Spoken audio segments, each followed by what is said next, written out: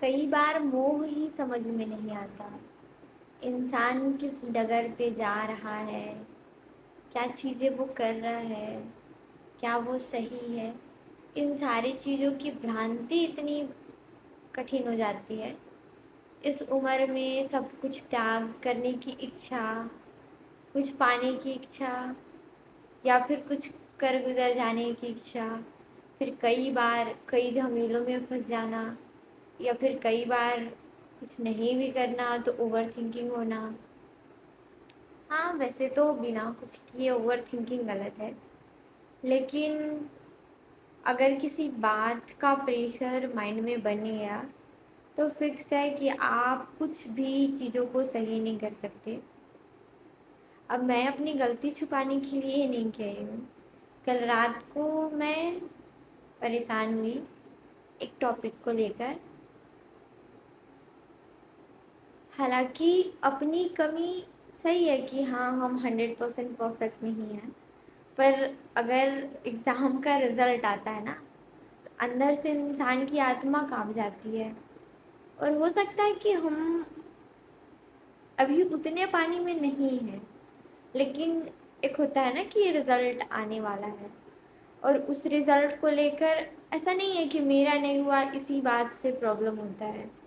कुछ और बातें मन में घाव कर रही होती हैं, कुछ और चीज़ें अच्छा नहीं लग रहा होता है, और बस उस टाइम पे कुछ चाहिए नहीं होता है।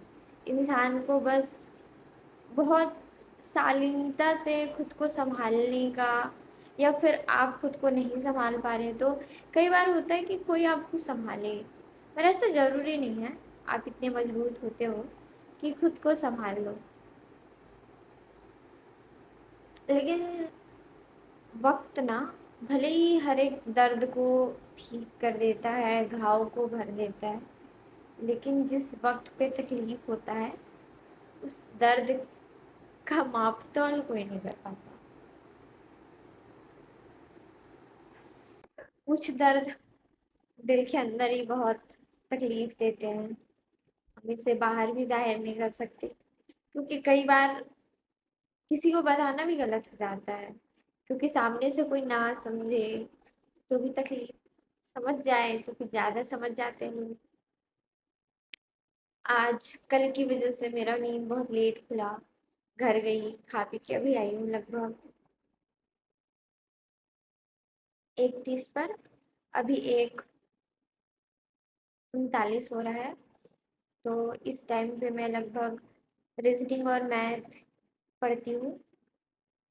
मतलब ये रहता है लॉजिकल एप्टीट्यूड या रीज़निंग, मैथ, ये भी सब्जेक्ट मेरा काफ़ी कमज़ोर है, तो इस चीज़ पर कमान देती हूँ। कई बार ऐसा होता है कि सुबह अगर आप नहीं पढ़े हो या शाम को नहीं पढ़ पा रहे हो, तो ये होता है कि सुबह का सब्जेक्ट अभी पढ़ लूँ या अभी का तब पढ़ लूँ। ऐसे में डिसिप्लिन ब्रेक होता है। 2-3 दिन मैंने ऐसा किया, पर मुझे रियलाइज़ हुआ कि आपने जिस टाइम पे टाइम टेबल बना रखा है ना, उस चीज़ को उस टाइम पे फॉलो करो। अगर जिस टाइम पे आप फॉलो नहीं करोगे ना, तो रिग्रेट होने लगेगा और फिर आप खुद डिसिप्लिन फॉलो करोगे। तो फिर मैंने ये सोचा कि अभी जिस चीज़ का टाइम है तो मैं वही चीज़ सब्जेक्ट पढ़ूँगी। सुबह शाम का धीरे-धीरे ब्रेक में, जैसे कल कल का क्या हुआ था, कल मेरा इंग्लिश बच गया था, और रात का जो ऐसे 12 के बाद जो पढ़ने का है तो वो तो ऐसे इंसान पूरा डिसबैलेंस होने पे कभी भी हैंडल नहीं कर सकता। तो मैं नहीं की, लेकिन जो भी चीज़ें थी वो मैं कल ब्रेक में हैंडल की, जिससे थोड़ा मेंटेन हो गया, पर परफेक्टली नहीं। आपको टाइम से सोना, टाइम से खाना, सारी चीज़ें फॉलो करनी पड़ती है, अगर आपने रूटीन बना रखा है तो। जैसे ही गर्मी का सीज़न आता है, रोज़ेस कितने अच्छे से फूलने लगते हैं। ये देखो कितने सारे इसमें कली लगे हुए हैं, और ये ऐसे, ये यहाँ पे शिवलिंग के जस्ट बगल में है। नानी नाना यहाँ पर रोज़ाना पूजा करते हैं। इधर भी बहुत सारे कलिकाएँ लगी हुई हैं, इधर भी, और कुछ खूबसूरत से गुलाब खिले हुए हैं अभी।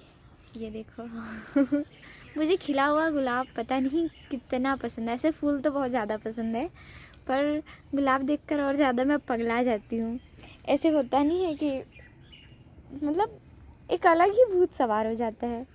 अपने आप को मैं रोक ही नहीं पाती हूँ फूला हुआ फूल देखकर। जैसे उधर पे भी बहुत सारे हैं, इधर सदाबहार के हैं, और ये ऐसे लीची में भी बहुत सारे फूल लग गए हैं। वैसे दिखने को ये आम की तरह दिखते हैं, पर इसमें बहुत सारे दोपहर को हनी बीज होते हैं।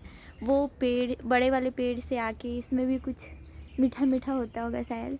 और ये देखो, ये हिबिस्कस का है और हमारा नींबू का प्लांट। यहाँ पे एक अनार का पेड़ था जिसको काट दिया गया।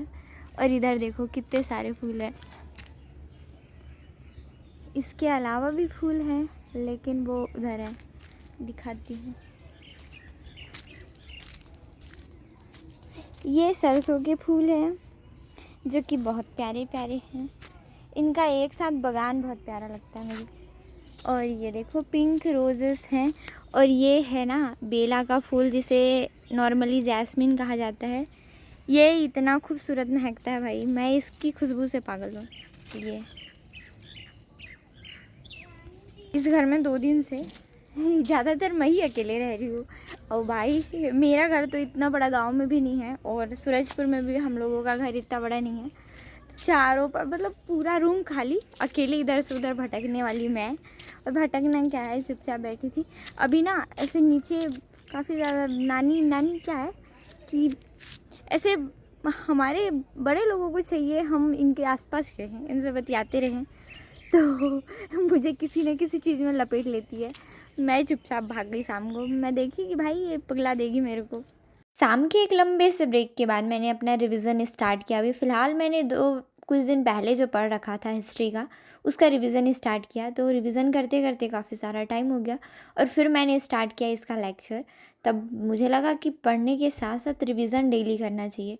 वैसे मैंने शेड्यूल बना रखा था कि मैं सैटरडे और संडे को रिवीजन करूँगी, पर ये मुझे थोड़ा सा जच नहीं रहा, तो मैं अपना प्लान चेंज करूँगी। वैसे ये नई बात नहीं है, लेकिन अभी ऐसे मैं पढ़ते पढ़ते उठ के जा रही हूँ। मामा का कॉल आया खाना खाने के लिए, और मेरे खाने पीने का टाइम थोड़ा सा बिल्कुल अच्छा टाइम नहीं है, फिक्स टाइम नहीं है, या सही टाइम नहीं है। तो इस वजह से मैं इस चीज़ को भी थोड़ा हैंडल कर रही हूँ। ऐसे मैं अपना टाइमर ऑफ कर देती हूँ जब मैं कुछ करने जा रही होती हूँ। तो आज ना मेरे साथ एक ऐसी चीज़ हुई, जैसे नॉर्मली मैं अपने अभी तक के एज अ इन्फ्लुएंसर अपनी इस जर्नी में मैंने कभी भी किसी भी भाई प्रमोशन, मुझे किसी भी चीज़ का पेड प्रमोशन मिला भी नहीं है, और मैंने किया भी नहीं है। और बेसिकली कई बार तो मैं मतलब जैसे होता नहीं है ट्रस्ट बिल्ड करना, भाई किसी को ये बताओ कि मैं इस चीज़ से पढ़ रही हूँ, ये मेरा नोट्स है, मैं यहाँ इस एकेडमी को फॉलो कर रही हूँ।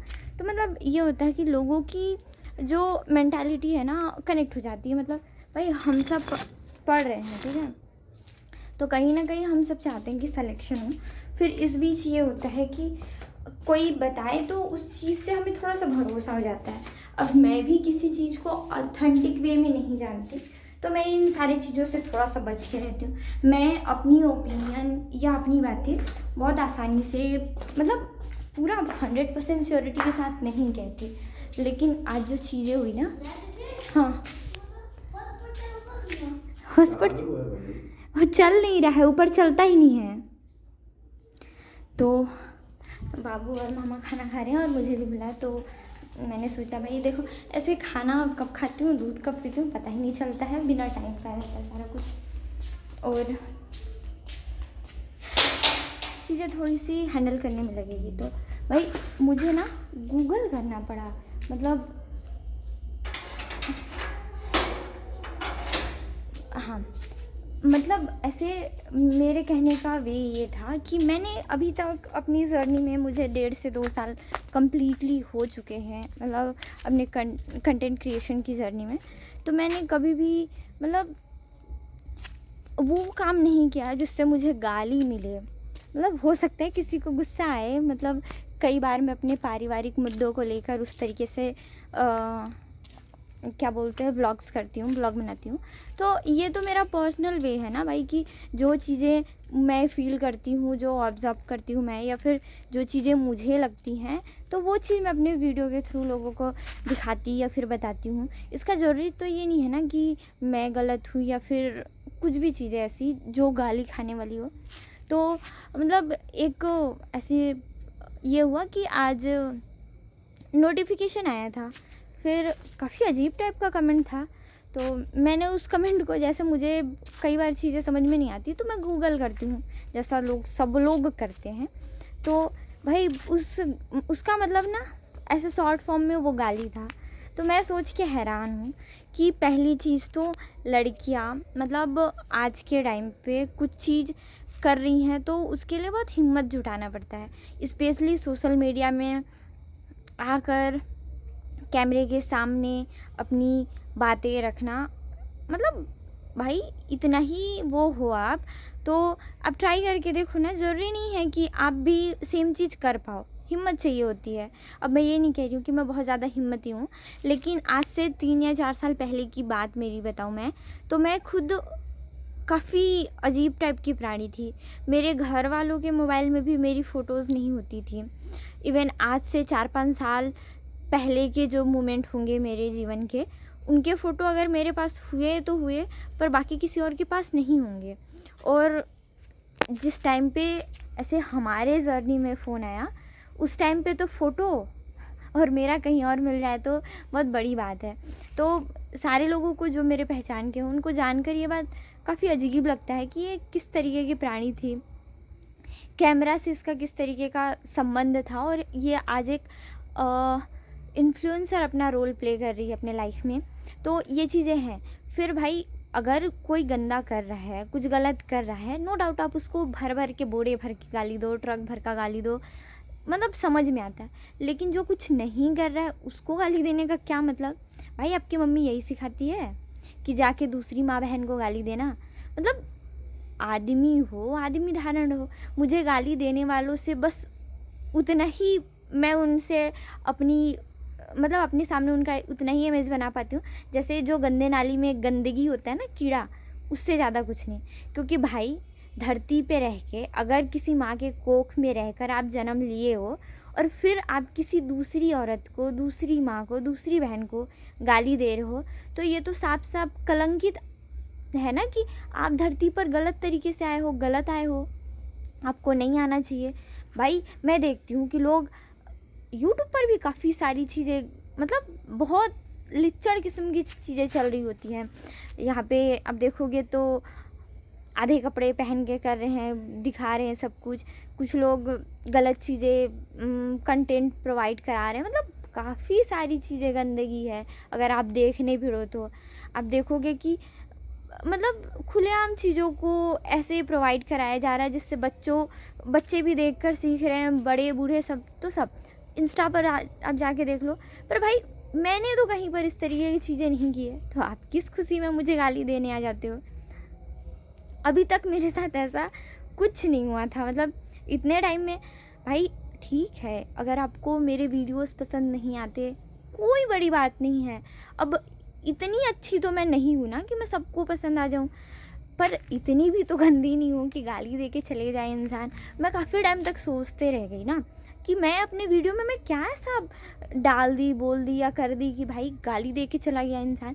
अपने आप में भी रहता है। देखो जब हम कंटेंट क्रिएट करते हैं ना, तो अपने साथ साथ ना हम देखने वालों का भी ध्यान रखते हैं कि हम उनके सामने क्या कह रहे हैं, क्या कर रहे हैं। पता नहीं लोग कब सुधरेंगे। भाई आपकी बहन को खुलेआम कोई अगर उस तरीके से गाली दे के चले जाए, आपको कैसा फील होगा? अब वो गाली तो भाई आपने दिया है, ये आपकी परवरिश दिखा रही है कि आप कितने एडवांस टाइप के इंसान हैं, पढ़े लिखे होकर भी जाहिल, अनपढ़ और गंवार हैं। क्योंकि अगर आप टाइप कर पा रहे हैं तो नो डाउट आपने पढ़ा लिखा, मतलब आपने पढ़ाई लिखाई की होगी, पर किस काम की आपकी पढ़ाई लिखाई जब मुंह से आपके निकल रहा है? तो जो चीज़ें जहाँ से निकलनी चाहिए ना, वो वहाँ से अच्छा लगता है। भाई आपको अगर कोई चीज़ पसंद नहीं आता, चाहे मतलब कोई भी हो, किसी का भी वीडियो हो, अगर वो अपनी स्वेच्छा से कर रहा है तो वो उसकी लाइफ है। गाली तब दिया जाता है जब वो आपके हित में बुरा करे। तो समझ जाओ, चीज़ों को सुधार लो और फिर आप चीज़ों का अपने सेंस का यूज़ करो। ऐसा ही दौड़ते भागते मत रहो जानवरों की तरह, भेड़ चाल में। कहने के लिए एक इंसान जब मुंह खोले तो उसके पास भी लाख हज़ार और करोड़ वर्ड्स होते हैं। अब ऐसा थोड़ा ना है कि जो गाली नहीं देता वो सामने वाले को लज्जित नहीं कर सकता। मुझे भी आते हैं, मैं भले माँ बहन की गाली नहीं देती, क्योंकि मेरे जीवन में अहमियत रखती है एक माँ, एक बहन, एक बेटी, क्योंकि मेरे को पता है कि किसकी जगह कहाँ पे। भाई ऊपर से मैं बाप भाई को भी गाली नहीं देती हूँ, क्योंकि मेरे को मालूम है कि एक इंसान धरती पर है तो गंदा है, ठीक है। जानवरों के रूप में मैं उसको गाली देती हूँ जब मैं बहुत ज़्यादा हाई टेम्परेचर में हूँ तब। लेकिन ऐसा भद्दा शब्द मुंह से निकालने की क्या ज़रूरत है भाई? पढ़े लिखे हो, थोड़ा अच्छा काम किया करो, आपकी इज्जत ही डाउन होगी। इतना बोलने तक तो वैसे भी भूख बढ़ चुका था, गुस्सा भी बढ़ चुका था। मुझे उस आईडी के साथ क्या करना चाहिए नहीं पता चला, क्योंकि काफ़ी सारे हेटर्स होती हैं चैनल पर, कुछ लड़कियां और कुछ लड़के भी। तो मुझे नहीं पता इनके साथ किस तरीके से बिहेव करना चाहिए। कुछ कुछ चीज़ें मेरे भी जीवन में नई नई होती हैं। फिर उसके बाद मैं खाना खाई। खाना खाने के तुरंत बाद मैं चुपचाप रूम में आ गई और उसके बाद मैं चुपचाप पढ़ने लग गई। वैसे बीच बीच में मैं जो स्माइल करती हूँ ना, वो किसी का वीडियो कॉल नहीं। लेक्चर पे कभी कभी टीचर्स कुछ अच्छी अच्छी बातें कह देते हैं जिसको सुनकर बहुत ज़ोर की हंसी आती है, और ये हंसी मैं कंट्रोल नहीं कर पाती। पर ऐसे कैमरा में कभी कभी मेरा स्माइलिंग फेस देखकर मुझे भी डाउट हो जाता है मैं इस टाइम पे क्या कर रही थी। फिर मुझे याद आता है कि लेक्चर में ये चीज़ें हुई थी, तब जाके मेरे मुंह से हंसी छूट रही थी। खैर, अभी फ़िलहाल मैं हिस्ट्री पढ़ी थी, पर सिलेबस इतना वास्ट है, मुझे पता ही नहीं चलता मैं किस तरीके से किधर से कवर करूँ, क्या कवर करूँ, कितना टाइम किस सब्जेक्ट को दूँ, ये मैं फाइंड आउट ही नहीं कर पा रही हूँ। अगर एक सब्जेक्ट पकड़ो तो दूसरा वाला छूट जाता है, और दूसरा पढ़ने भिड़ो तो तीसरे वाले के लिए टाइम नहीं मिलता। और टाइम टेबल मैनेजमेंट करना बहुत थोड़ा मुश्किल काम लगता है मुझे, पता नहीं किस तरीके से हैंडल करना चाहिए। प्रिपरेशन करने से पहले कहा जाता है सिलेबस देखो, पर सिलेबस देख के जो सिर में दर्द होता है ना भाई, वो मैं संभाल ही नहीं पा रही हूँ।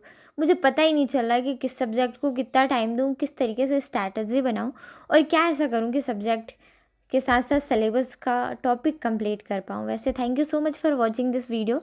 मेरे वीडियो में आप सभी का बहुत बहुत स्वागत और अभिनंदन रहता ही है, पर थैंक यू कि आपने मुझे इतना सारा प्यार और सपोर्ट दिया है।